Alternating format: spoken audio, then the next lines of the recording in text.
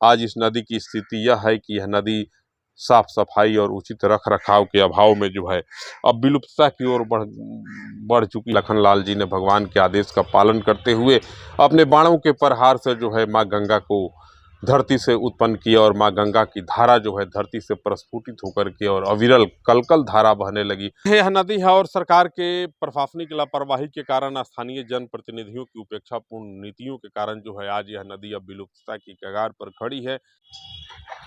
नमस्कार, मैं जिस नदी में खड़ा हूँ इस नदी को लोग बाण गंगा उर्फ दाहा नदी के नाम से जानते हैं। बाण गंगा उर्फ दाहा नदी त्रेता युग से जुड़ी हुई दाहा नदी की कहानी है। कहा जाता है कि मर्यादा पुरुषोत्तम भगवान श्री रामचंद्र जी महाराज की बारात जब जनकपुर से अयोध्या के लिए लौट रही थी और बारातियों को प्यास लगी थी, बारात जैसे सांसा मूसा के समीप आया था, बाराती प्यास से जो है व्याकुल हो गए, कराहने लगे। उसके बाद जो है मर्यादा पुरुषोत्तम भगवान श्री राम के पास तक यह संदेश गया कि बारातियों को प्यास लगी है। चारों तरफ जल की तलाशी ली गई, कहीं जल नहीं मिला। उसके बाद भगवान जो है अपने छोटे भाई शेषावतार लखनलाल जी को आदेश दिए कि लखन अपने अग्नि के समान शक्तिशाली बाणों का प्रयोग करके धरती से गंगा को अवतरित करें। लखनलाल जी ने भगवान के आदेश का पालन करते हुए अपने बाणों के प्रहार से जो है माँ गंगा को धरती से उत्पन्न किया और माँ गंगा की धारा जो है धरती से प्रस्फुटित होकर के और अविरल कलकल धारा बहने लगी, जिस धारा के जल के सेवन से तमाम बाराती अपने क्षुधा के प्यास को मिटाए और सब लोग जो है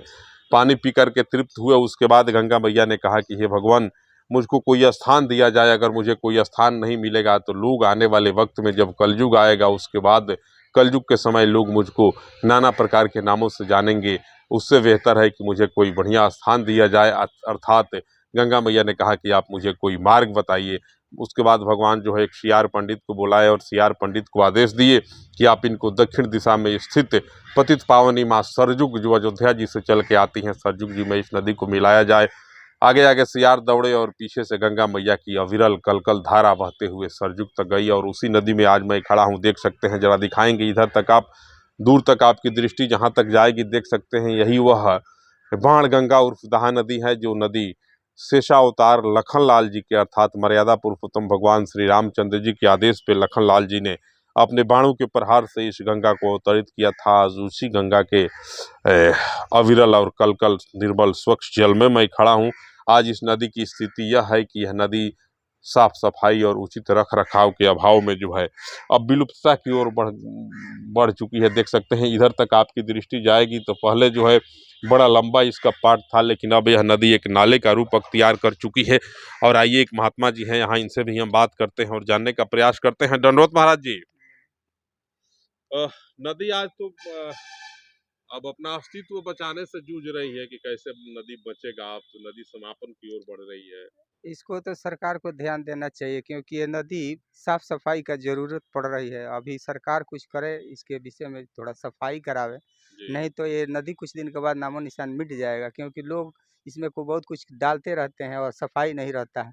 तो सरकार इसको ध्यान दे और इसको सफाई कराने की कृपा करे, हम यही कहना देख सकते हैं, यह नदी है और सरकार के प्रशासनिक लापरवाही के कारण, स्थानीय जनप्रतिनिधियों की उपेक्षापूर्ण नीतियों के कारण जो है आज यह नदी अब विलुप्तता की कगार पर खड़ी है। और पहले के ज़माने में यह नदी का कई फीट लंबा और चौड़ा पाट हुआ करता था। नदी की धारा बिल्कुल स्वच्छ और निर्मल रूप से अविरल और कलकल बहती थी। लेकिन जहाँ तक आपकी दृष्टि जाएगी, आप देख सकते हैं यह नदी जो है अब पूर्ण रूप से एक नाले का रूप अख्तियार ले चुकी है। आप तमाम लोगों से आग्रह है कि आप इस ऐतिहासिक और पौराणिक नदी के बारे में क्या सोच रहे हैं, कमेंट करेंगे और ज़रूर बताएंगे। तमाम मित्रों को सादर सीताराम।